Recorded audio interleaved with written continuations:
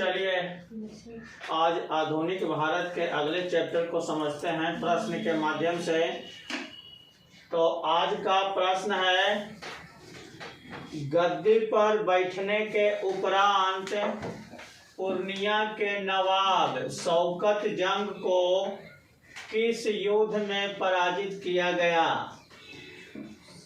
सिराजुद्दौला के यहाँ सिराजुद्दौला क्वेश्चन है कि सिराजुद्दौला गद्दी पर बैठता है, बैठने के उपरांत पूर्णिया के नवाब शौकत जंग को किस युद्ध में पराजित करता है ना। बंगाल के शासक था सिराजुद्दौला। तो सिराजुद्दौला जब गद्दी पर बैठता है तो उस समय पूर्णिया का नवाब रहता है शौकत जंग। तो सिराजुद्दौला शौकत जंग को किस युद्ध में पराजित किया था, यही क्वेश्चन है ना। तो आंसर है ए है मनिहारी के युद्ध में, बी है पलासी का युद्ध में, सी है गिरिया का युद्ध और डी है उपर्युक्त में से कोई नहीं, है ना। तो इसमें सही आंसर क्या होगा? सिराजुद्दौला शौकत जंग को किस युद्ध में पराजित करता है? किस युद्ध में? मनिहारी के युद्ध में पराजित करता है। किस में पराजित करता है? मनिहारी के युद्ध में 1756 ईस्वी में हुआ था, है ना। तो मनिहारी के युद्ध में पराजित करता है। तो देखिए क्या होता है कि अलीवर्दी खां अपना उत्तराधिकारी बंगाल के नवाब अलीवर्दी खां का अपना कोई पुत्र नहीं होता है, तो अपने छोटी बेटी अमीना बेगम के पुत्र शौकत जंग को अपना उत्तराधिकारी बनाता है ना। शौकत जंग नहीं, सिराजुद्दौला अमीनी बेगम के पुत्र सिराजुद्दौला को अपना उत्तराधिकारी बनाता है। जब अलीवर्दी खां की मृत्यु हो जाती है तो उसके बाद गद्दी पर सिराजुद्दौला बैठता है। तो सिराजुद्दौला बैठता है तो उसकी जो मौसी थी, बड़ी मौसी घसीटी बेगम, है ना।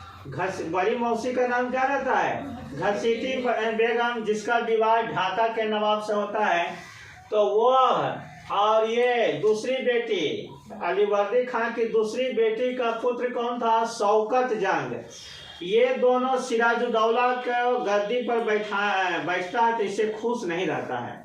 घसीटी बेगम भी नहीं चाहते थे कि सिराजुद्दौला गद्दी पर बैठे, और शौकत जंग तो नाराज था ही कि हमको क्यों नहीं बनाया गया, है ना। तो ये दोनों हमेशा सिराजुद्दौला के खिलाफ साजिश रच रहा था।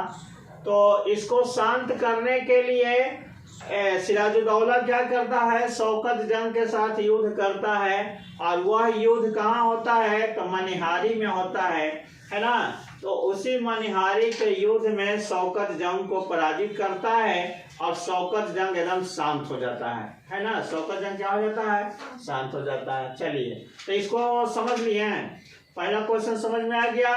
चलिए अब दूसरे क्वेश्चन को देखते हैं। दूसरा है, जब सिराजुद्दौला कलकत्ता के फोर्ट विलियम पर अधिकार किया उस समय फोर्ट विलियम का गवर्नर कौन था, है ना। सिराजुद्दौला कलकत्ता के फोर्ट विलियम पर अधिकार किया था, उस समय फोर्ट विलियम का गवर्नर कौन था? तो ऑप्शन है, ए में है लॉर्ड क्लाइव, बी है गवर्नर ड्रेक, सी है वाटसन और डी है इनमें से कोई नहीं। तो यहाँ सही आंसर क्या हो जाएगा? कौन था? हाँ, गवर्नर ड्रेक था, है ना। यहाँ सही आंसर हो जाएगा गवर्नर ड्रेक हो जाएगा, है ना। चलिए इसको समझते हैं, क्वेश्चन नंबर 2 को समझते हैं। देखिए सिराजुद्दौला जब गद्दी पर बैठा तो एक तरफ तो इसका अपना परिवार साजिश रच रहा था और दूसरी तरफ अंग्रेज भी साजिश रच रहा था, है ना। तो सिराजुद्दौला जब गद्दी पर बैठता है तो इधर अंग्रेज और फ्रांसीसी अंग्रेज का किला कहाँ था? कलकत्ता में। कलकत्ता के किला का नाम था फोर्ट विलियम, है ना। अंग्रेज के कलकत्ता में एक किला था जिसका नाम था फोर्ट विलियम, और फ्रांसीसी लोग चंद्रनगर में था। बंगाल के चंद्रनगर में फ्रांसीसी था, और फोर्ट विलियम में कौन था? अंग्रेज। जब सिराजुद्दौला गद्दी पर बैठता है तो ये क्या करता है? अंग्रेज और फ्रांसीसी दोनों अपने अपने किला के चारों ओर दीवार खड़ा करने लगता है, यानी किला बंदी करने लगता है ना, बिना सिराजुद्दौला के आदेश के। तो सिराजुद्दौला को जब पता चलता है कि दोनों अपने किले को चारों ओर बाउंड्री कर रहा है, तो मना करता है कि आप लोग ऐसा नहीं कर सकते हैं। तो मना करने पर फ्रांसीसी सब तो मान गया, लेकिन अंग्रेज नहीं मान रहा था, और वो क्या किया? अपना जो बाउंड्री बनाने का जो काम था वो करते जा रहा था। इससे गुस्सा में आकर सिराजुद्दौला क्या करता है? कलकत्ता पर हमला कर देता है। कलकत्ता पर हमला करके फोर्ट विलियम कलकत्ता को जीत लेता है, और फोर्ट विलियम को भी जीत लेता है। तो इस समय फोर्ट विलियम यानी कलकत्ता का गवर्नर रहता है ड्रैक। ये ड्रैक और अन्य इसका अधिकारी लोग फोर्ट विलियम के पीछे के दरवाजे से निकलकर हुगली नदी के फुल्टा द्वीप पर भाग जाता है। किस नदी पर? हुगली नदी के फुल्टा द्वीप पर ये ड्रैक और इसके अन्य अधिकारी भाग जाते हैं, और कलकत्ता पर सिराजुद्दौला कब्जा कर लेता है, और इसको मानिक चंद के हवाले करके और खुद सिराजुद्दौला अपना मुर्शिदाबाद लौट आता है ना। हाँ, तो उस समय जब कलकत्ता पर हमला किया था तो कलकत्ता यानी फोर्ट विलियम का गवर्नर ड्रैक था।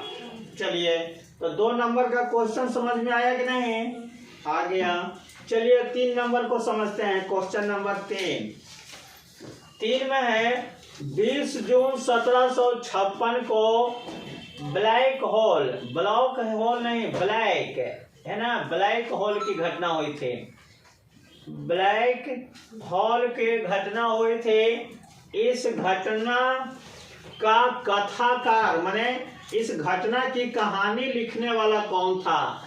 है ना, ये कथाकार नहीं, कथाकार कौन था? यानी ब्लैक होल की घटना की कहानी किसके द्वारा लिखी गई थी? ये क्वेश्चन है ना। तो इसका ऑप्शन ए में है हॉलवेल, बी है वाटसन, सी है मानिकचंद, और डी है जगत सेठ। तो इसका सही आंसर क्या हो जाएगा? ए, है ना। इसका सही आंसर ए हो जाएगा, हॉलवेल। अब ब्लैक होल की घटना को समझिए कि इसमें क्या हुआ था। तो देखिए, जब कलकत्ता पर सिराजुद्दौला हमला करता है, फोर्ट विलियम को जीतकर अपने कब्जा में ले लेता है, और यहाँ का अधिकारी किसको बना देता है? मानिक चंद को, और स्वयं मुर्शिदाबाद लौट जाता है। तो उसी समय यहीं पर एक घटना हुआ था कलकत्ता में।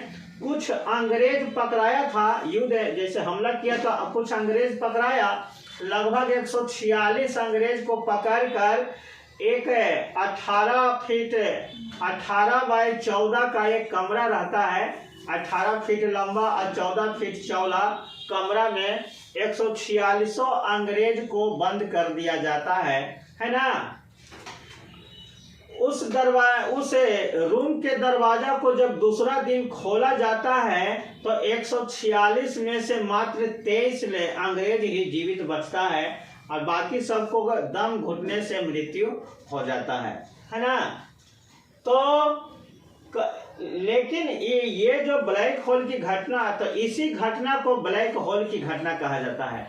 146 अंग्रेज को पकड़कर एक रूम में बंद कर दिया जाता है, जिसमें से दूसरा दिन मात्र 23 अंग्रेज ही जीवित बचता है। इस घटना को ही क्या कहा जाता है? ब्लैक होल की घटना कहा जाता है।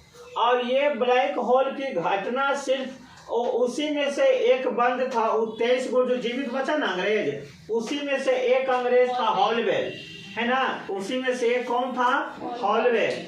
यही है, ये ब्लैक होल की पूरी कहानी यही लिखा है। और उसके समकालीन कोई इतिहासकार इस घटना को नहीं लिखता है, सिर्फ और सिर्फ किसके द्वारा लिखा जाता है? हॉलवेल के द्वारा।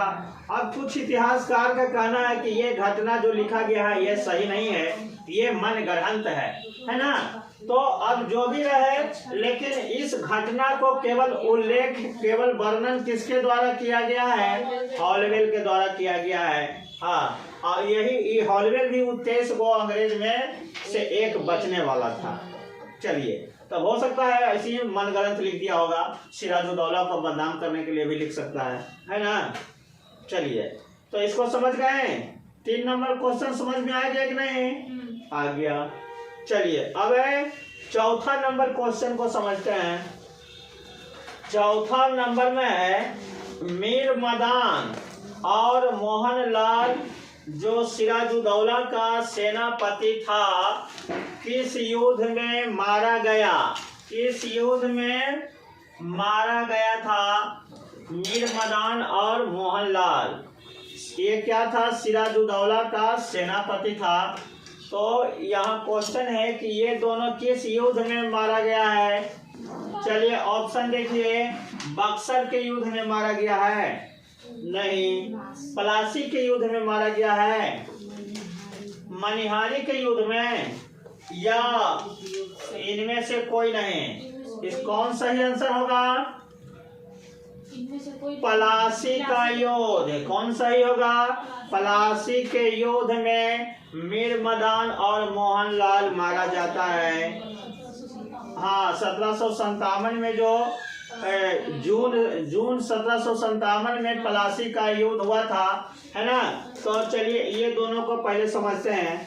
देखिए, जब सिराजुद्दौला कलकत्ता पर हमला करता है तो कुछ अंग्रेज जैसे ड्रैक वगैरह भाग कर कहाँ चला जाता है? फुल्टा द्वीप पर चला जाता है और वहीं से सूचना भेजता है मद्रास। मेन इसका हेडक्वार्टर कहाँ था? मद्रास था। कि देखिए हम लोग के साथ सिराजुद्दौला इस तरह से किया है। तो वहां से दो को नाव पहले तो नाव वाला जहाज चलता था, तो 2 जहाज में वहां से अंग्रेजी सेना चला था। जिस किसके नेतृत्व में चला था? एक क्लाइव के नेतृत्व में और एक वाटसन के नेतृत्व में चला था वहां से, है ना। और वो मद्रास से चलकर फिर यहाँ पहुंचता है, बंगाल पहुंचता है। और बंगाल पहुंचने के बाद फिर से ये सब कलकत्ता को अपने अधीन में कर लेता है, अंग्रेज सब अपने अधीन में कर लेता है। और उसके बाद ये सिराजुद्दौला के खिलाफ साजिश करने लगता है और सिराजुद्दौला से जो लोग नाराज रहता है उसको अपने अधीन अपने में मिला लेता है। जैसे सिराजुद्दौला का एक मुख्य सेनापति था मीर जाफर। तो मीर जाफर को अंग्रेज अपने तरफ मिला लेता है। कहता है कि यदि सिराजुद्दौला युद्ध में हार जाएगा तो हम आपको राजा बना देंगे। तो मीर जाफर इसके लोभ में किसके ओर मिल जाता है? अंग्रेज की ओर मिल जाता है। इसी प्रकार से मानिक चंद भी मिल जाता है। एक जगत सेठ रहता है उस समय का बैंकर, वो भी अंग्रेज की तरफ मिल जाता है। इस तरह से कलकत्ता के बहुत बड़ा अधिकारी जो है अंग्रेज अपना तरफ मिला लेता है। और सबको मिलाने के बाद क्या करता है? सिराजुद्दौला पर हमला कर देता है 20 जून 1757। और दोनों के बीच, सिराजुद्दौला और अंग्रेज के बीच इसी पलासी के मैदान में 20 जून 1757 को युद्ध होता है अंग्रेज और सिराजुद्दौला के बीच में। सिराजुद्दौला की तरफ से 50,000 सेना उतरता है। आज इसका मुख्य सेनापति रहता है मीर जाफर और इसका अन्य सेनापति 2 ये रहता है मीर मदान और मोहनलाल, है ना। मुख्य सेनापति तो मीर जाफर था, लेकिन 2 अन्य सेनापति मीर मदान और मोहनलाल था।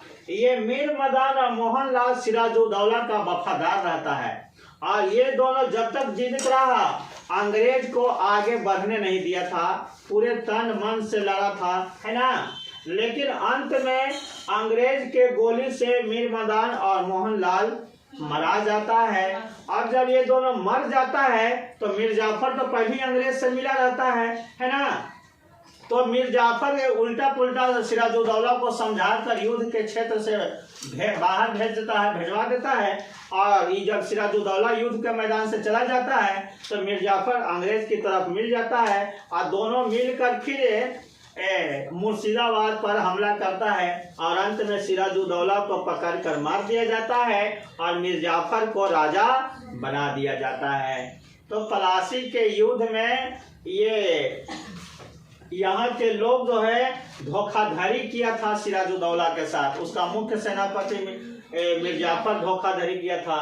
केवल यही दो गो था, मीर मदान और मोहनलाल जो है वफादारी से सिराजुद्दौला का साथ दिया था। लेकिन जैसे ही दोनों मरा मीर जाफर का चाल सक्सेस कर जाता है और अंग्रेज की तरफ से मिल जाता है। तो ये है इसकी कहानी। चलिए, तो आज 4 क्वेश्चन का आंसर समझ में आ गया।